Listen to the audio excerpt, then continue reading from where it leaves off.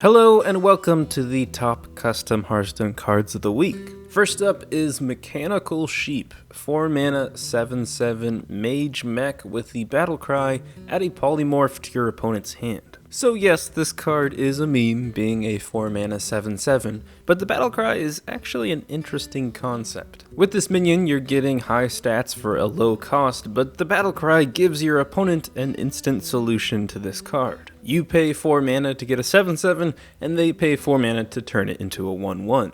In a way, this can waste both players' turn, but your opponent does have other options. Polymorph is a special spell because it transforms minions, so things like death rattles might be a better target for it. And if they have another way of dealing with the 7/7 instead of using the polymorph, they may choose to use that and save the polymorph for one of your more threatening minions. The art for this card is amazing, and I just love the idea of having a Terminator sheep get transformed back into its dopey original self. Overall, I think the battle cry is a little bit too strong for this to really see play. If anything, you could use it in a slower deck just to buy yourself some more time. Either way, it's a sweet card, and I wish they had made a mech like this for Boomsday.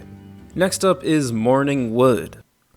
Oh, it's a sad treant, okay. 0 mana druid spell, give your hero +1 attack for each treant that died this turn. So this is for a druid treant and hero attacking deck. In a turn, you can trade all of your treants in, give your hero a decent amount of attack, maybe play Gonk, and deal a good amount of damage, or maybe even an OTK. Honestly, it would be incredibly hard to set up this turn because not only do you have to have treants survive on the board, but you need some way of trading them in, and then after that you still need to maybe get value off of Gonk. All in all, even in just a treant deck, it's not going to get you that much value because a lot of the time treants die on your opponent's turn.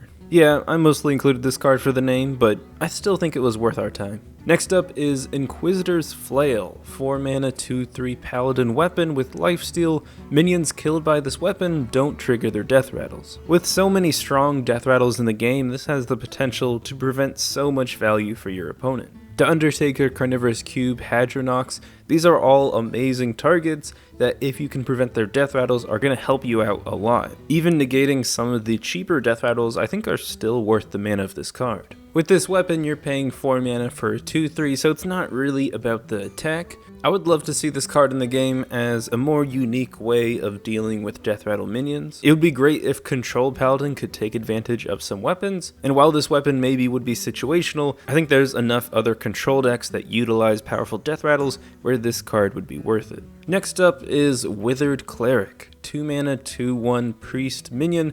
With the death rattle, your opponent draws a fatigue card. So priest has a bunch of resummoning and death rattle synergies that would allow them to continue to resummon and get more withering clerics out on the board. And once they do that and activate its death rattle, your opponent would start to draw fatigue cards. They could start taking 1, 2, 3, 4 fatigue damage each time you activate this death rattle. So I think this card's a really unique take on Fatigue Priest by incorporating their death rattle synergies. They have the cards to deal over 30 damage just resummoning this card on its own, but it would require really lucky draws, and most likely by then they would just get to the endgame anyways. But there is one major flaw with this card, and that is it's not a very interactive card. In a priest, you'll play these and resummon these and try to activate their death rattles, but as an opponent, you can't really do anything to prevent yourself from drawing fatigue cards or prevent your opponent from resummoning more withered clerics. All you can really do is gain armor or heal and try to not draw as many cards so you can kill your opponent before you reach fatigue.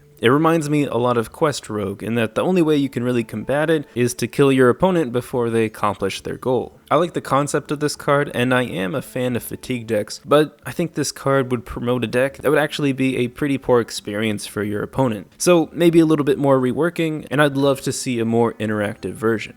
Next up is Arena Cameronmon, 3 mana 2/2 neutral minion with the battle cry, your next overkill this turn triggers twice. I really love the design of overkill, and I do think they're going to print more of them with upcoming expansions. But I have to be honest, I thought there would be more that saw play. I think that this card is costed perfectly so that you can't use it with minions like Undasta or Alakili to get way too much value. Instead, you can combo it with already solid cards like Baited Arrow and Blast Wave to get tons of value. And I think it also opens up opportunity for other overkill cards that haven't really seen much play. If Blizzard ever prints something like Arena Cameraman, then they're definitely going to have to be careful of what overkill minions they print in the future. Cards like Bran were super powerful, but they also limited what cards Blizzard could print. There's definitely not as many overkill cards as Battlecry, so I think Arena Cameraman is a nice buff to get even more out of your overkill cards. Next up, we have Annihilate, which is a terrible idea.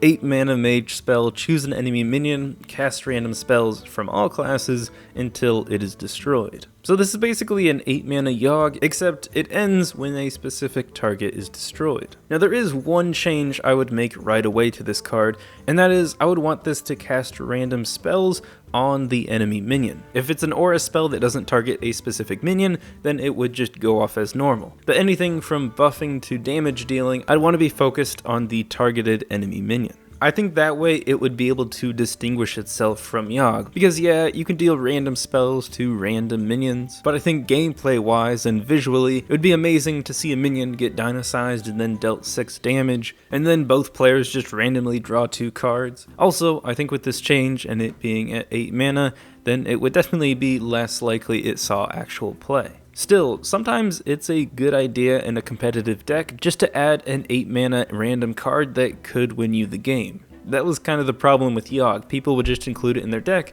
because every once in a while, if their backs were to the wall, it would give them a chance to win the game. And that RNG is fun and all, but I think with this card to help prevent that and to make it one of the more niche cards, maybe requiring it that it be only even or only odd could ensure that it didn't really see competitive play unless it was specifically in those decks.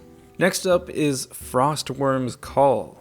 4 mana mage spell with Echo, freeze all minions. If a minion is already frozen, destroy it. With this card, you have the option of just freezing the entire board for 4 mana, but if you have 8 mana, then you can freeze all minions and then destroy the entire board. So this is definitely a power creep on Twisting Nether, which for 8 mana, you're able to destroy the entire board. And in addition, you could use this with other board freezing effects like Frost Nova or Blizzard and only cast this once to destroy your enemy board. I think my biggest problem with this card is that right now Mage definitely has enough board clears. With that said, next expansion they're going to lose Ungoro, Frozen Throne, and Kobolds of Catacombs, so a more freezing Mage with Frostworms Call could be a board clear to help continue to support a control Mage.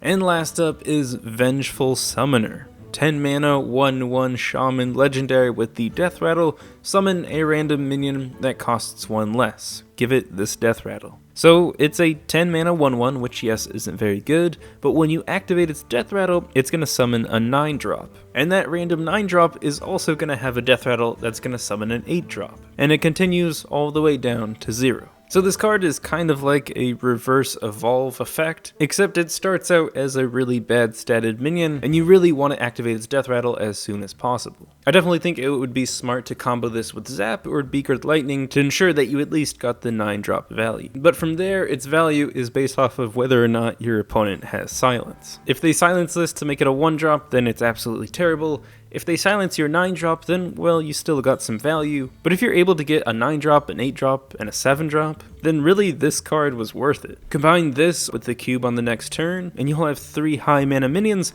that will continue to summon lower costing minions. This could be a super powerful card with these combo pieces, but depending on the meta, any other decks that run Silence would absolutely destroy this. If this Shaman deck ever became good, then people would just run more Silence to combat it. And it's not the same spiraling effect as Hadronox where the board just gets full of crazy value. Instead, all of the value is in just 1 or a few minions. And let me remind you that summoning random minions of certain costs is not always good. There's definitely going to be those times where you just get duds. It seems like a pretty strong card, but it does have some hard counters with Silence or removing this card without activating its Death Rattle.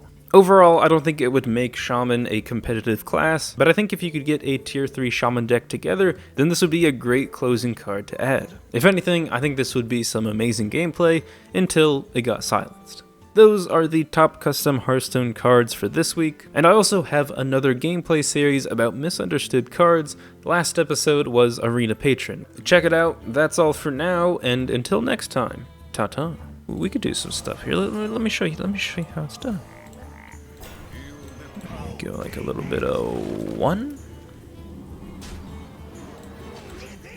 That's nice. Let's get in there, boys.